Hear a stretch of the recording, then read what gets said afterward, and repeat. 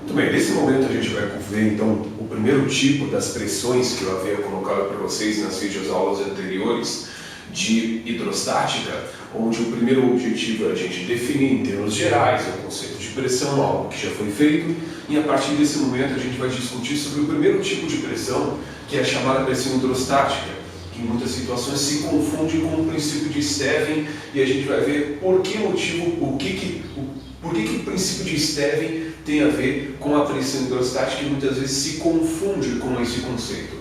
Então, vamos imaginar a seguinte situação. Vamos supor que aqui eu tenho representado uma piscina, esse Zé Palito aqui represente uma pessoa que está dentro desta piscina a uma determinada profundidade. A altura da coluna de água acima dessa pessoa, eu estou aqui representando por H. E essa altura de coluna de água, esse tanto de água que tem sobre a pessoa, faz força sobre ela, porque esta camada, essa coluna de água sobre a pessoa tem um peso, e força por unidade de área nós conhecemos por pressão. Pois bem, nós temos aqui o objetivo de identificar quais são os fatores que influenciam no valor desta pressão hidrostática. Então, vamos colocar nesses termos: fatores que influenciam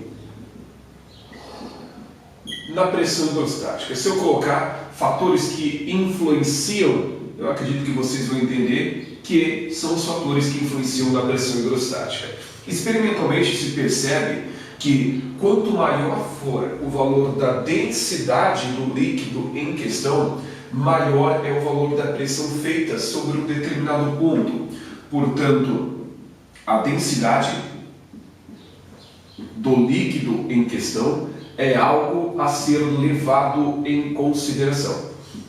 Densidade essa que eu vou representar aqui simplesmente pela letra D. Uma outra observação importante é que a aceleração da gravidade também influencia no valor da pressão hidrostática. Então, isso tanto maior for a gravidade, maior será o valor da pressão hidrostática. Então, numa experiência mental, se você estivesse dentro dessa piscina, a mesma profundidade na Lua, onde a aceleração da gravidade é menor, você estaria sujeito a uma pressão hidrostática um pouco menor. E o terceiro e último fator que nós vamos identificar como sendo aquele que influencia no valor da pressão hidrostática é a própria altura da coluna de líquido. Esta altura da coluna de líquido, em muitas situações, é confundida, e isso não é nada de errado, com a profundidade, porque a altura da coluna de líquido sobre a pessoa é o que nós entendemos como profundidade, que nós vamos representar aqui pela letra H. Pois bem, uma observação importante que vocês têm que fazer é o seguinte: como é que eu posso reunir esses três fatores que influenciam na pressão hidrostática em uma única equação? Como é que eu faço para calcular a pressão hidrostática em função desses três fatores que a gente acaba de determinar, como sendo aqueles que influenciam na pressão hidrostática? Para isso, para fazer esta dedução, eu convido vocês a analisar a seguinte situação. Vamos imaginar que aqui eu tenha um copo, um recipiente que está completamente cheio de um líquido, tá? Esse líquido vermelho aqui, e este copo, esse recipiente, possui uma determinada área da base. A base desse recipiente tem uma determinada área. Como eu acabo de colocar para vocês, a pressão hidrostática ela é ocasionada pela força que é feita sobre um determinado peso, sobre um determinado ponto, perdão. Então, eu vou deduzir a equação da pressão hidrostática, que reúne esses três fatores como sendo aqueles que influenciam no valor da pressão hidrostática, a partir do conceito geral de pressão. Pressão é força sobre área. Só que assim, a força, neste caso, é feita sobre quem? É feita sobre o fundo do recipiente. E a força que é feita sobre o fundo do recipiente pelo líquido é o próprio peso dele, que eu vou representar aqui como sendo M vezes G. E isso tudo aqui eu vou dividir pelo valor da área. Lembrando que a densidade de um líquido é a massa sobre o volume. Logo, eu posso escrever que a massa do líquido que está dentro deste recipiente é o produto de sua densidade pelo volume. Nesta expressão, portanto, onde há um M de massa, eu vou colocar a densidade multiplicada pelo volume. Densidade vezes o volume, vezes a aceleração da gravidade, dividindo isso tudo pela área da base deste recipiente, que está sendo pressionado pelo peso do líquido. Pois bem, agora, em se tratando deste recipiente aí, o volume dele, ele poderia ser determinado como sendo o produto da área da base deste recipiente pela altura da coluna de líquido. O volume do recipiente, que coincide com o volume de líquido, já que ele está completamente cheio, é igual ao produto da área da base pela altura da coluna de líquido dentro deste recipiente. E eu estou fazendo isso porque nesta expressão, onde há o V de volume, eu vou colocar o produto da área pela altura. E aí vai ficar assim, ó, D vezes A vezes H vezes o G, tudo isso dividido pela área. Como aparece o A embaixo e o A em cima, eu posso simplificar e aí eu chego naquela expressão que me permite calcular o valor da pressão hidrostática, e essa expressão é escrita segundo aquilo que sobrou depois que eu simplifiquei estes termos aí. O produto de D por G por H. Esta é a equação, é a expressão matemática que nos permite determinar o valor da pressão hidrostática que atua sobre um corpo. O produto da densidade pela gravidade e pela profundidade. Algumas observações importantes no que diz respeito às unidades de medida. Se a aceleração da gravidade for expressa como sendo 10 metros por segundo ao quadrado, o que, convenhamos, sempre acontece, nunca vi um exercício de vestibular que não considerasse a gravidade como 10 metros por segundo ao quadrado. Na verdade, eu coloquei aqui este valor para ressaltar a unidade da gravidade. Eu nunca vi um exercício de vestibular, uma questão qualquer, onde a gravidade fosse expressa em centímetros por segundo ao quadrado. Vai que aconteça, mas se a gravidade assumir este valor com esta unidade, então, vamos colocar nesses termos, a densidade tem que ser expressa na unidade oficial, que é 1 kg por metro cúbico, e a altura da coluna de líquido também tem que ser expressa na unidade oficial. Esta é uma observação digníssima de registro aí nas suas anotações, porque é muito comum do povo perder exercício, deixar de resolver ou errar exercícios de cálculo envolvendo pressão hidrostática por deixar algumas grandezas físicas em unidades inadequadas. Se a gravidade vale 10 metros por segundo ao quadrado, a densidade, que é a unidade oficial para a aceleração, né? A densidade tem que ser expressa na unidade oficial e a altura da coluna de líquido, a profundidade, tem que ser expressa na unidade oficial, que é o metro. Na primeira videoaula de hidrostática, quando eu falei sobre densidade mais específica, eu ensinei como converter quilograma por centímetro cúbico para quilograma por metro cúbico, que é a unidade oficial para a própria densidade. Ok? Então fiquem atentos quanto a essa questão das unidades. Antes da gente chegar no princípio de Stevin propriamente dito, eu preciso fazer uma consideração importante. Aqui, a pressão que é feita sobre essa pessoa que está dentro da água, ela não é feita em uma direção preferencial. O que eu quero dizer é que o povo acha, em muitas situações, que a pressão hidrostática, a pressão da água, é feita só de cima para baixo.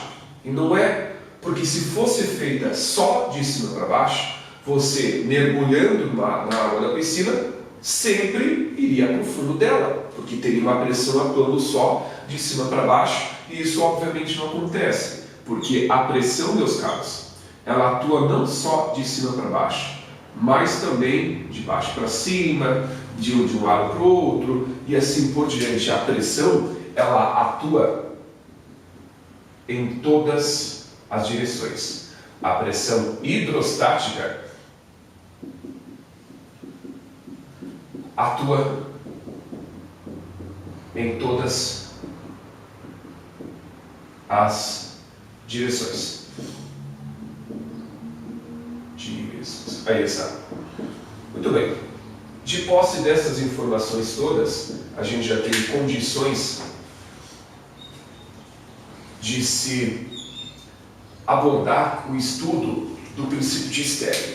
Então, como eu falei para vocês, o princípio de Stevin, em muitas situações, se confunde com a pressão hidrostática, até porque o seu possível enunciado deriva justamente do conceito de pressão hidrostática. Então, para a gente chegar no princípio de Stevin, vamos imaginar a seguinte situação. Vamos supor que aqui eu tenho um recipiente qualquer e dentro dele vou registrar dois pontos que estão a alturas diferentes. Este aqui é o ponto A, este aqui é o ponto B. O ponto A está a uma certa profundidade, mas há uma certa altura de líquido sobre o ponto A, altura essa que eu vou representar por HA, e sobre o ponto B existe uma altura de coluna de líquido que eu vou representar aqui por HB. Muito bem, eu estou interessado em determinar uma pressão em determinar uma equação que me permita expressar a diferença de pressão entre esses dois pontos. Então, como eu sei que a pressão do ponto B é maior do que a pressão do ponto A, porque o ponto B está mais no fundo, eu escrevo a diferença de pressão entre esses dois pontos dessa maneira aqui. Então, lembrando que a pressão hidrostática é determinada pelo produto de dGH. Então, a pressão do ponto B, eu coloco a densidade, vezes a gravidade, vezes a altura do ponto B. Aí eu desconto da expressão para se expressar, se a redundância me permite, a pressão do ponto A, que é dada por D vezes G vezes H. Vocês podem perceber nesta expressão que à direita do sinal de igualdade há dois símbolos, duas letras que se repetem nestes dois termos. E quando isso acontece, eu posso colocá-los em evidência. Aí eu escrevo que a diferença de pressão entre os dois pontos é o produto de D por G vezes a diferença da altura da coluna de líquido existente entre esses dois pontos. Ora, PB menos PA poderia ser escrito como delta PBA, ou seja, a variação de pressão entre os pontos B e A. Isso é igual ao produto de D por G vezes HB menos HA, é justamente a variação de altura, diferença de altura, melhor dizendo, existente entre estes dois pontos, B e A. Portanto, esta expressão me diz uma coisa muito importante, que nesta situação, a diferença de pressão entre dois pontos no mesmo líquido depende exclusivamente da diferença de profundidade. E isso vai de encontro com um dos possíveis enunciados do princípio de Stevin, um dos possíveis enunciados mais populares, mas não menos fisicamente corretos, que é que a pressão hidrostática aumenta linearmente com a profundidade. A pressão hidrostática, a pressão que um líquido exerce em um ponto, em um corpo, entre dois pontos, seja lá como for, a pressão hidrostática aumenta linearmente com a profundidade. Muito bem, Rodrigo. Muito bonito isso que tu falou, aumentar linearmente com a profundidade. Agora, o que diabos isso significa. O que significa aumentar linearmente com a profundidade? Aumentar linearmente com a profundidade significa aumentar na mesma proporção. A pressão hidrostática, na verdade, eu acredito que o termo aumenta aqui não é um termo tão abrangente quanto varia. Este é um termo um pouco mais preciso. A pressão hidrostática variar linearmente com a profundidade, como eu estava mencionando, significa que a pressão hidrostática varia na mesma proporção que a profundidade. Ou seja, se a profundidade dobrar, a pressão hidrostática dobra. Se a profundidade triplicar, a pressão hidrostática triplica. Se a profundidade for reduzida a terça parte, a pressão hidrostática é reduzida a terça parte. Este é o significado da pressão hidrostática variar linearmente com a profundidade. Isso desde, claro, a aceleração da gravidade seja constante, a densidade do líquido seja constante à medida que a profundidade varia. Considerações essas que geralmente são feitas. Uma outra observação importante, uma dica valiosa, é que no caso da água, vamos colocar assim, para a água, a cada 10 metros de profundidade, a pressão hidrostática aumenta em aproximadamente 1 atmosfera. Então, isto que eu falei aqui é válido apenas para a água.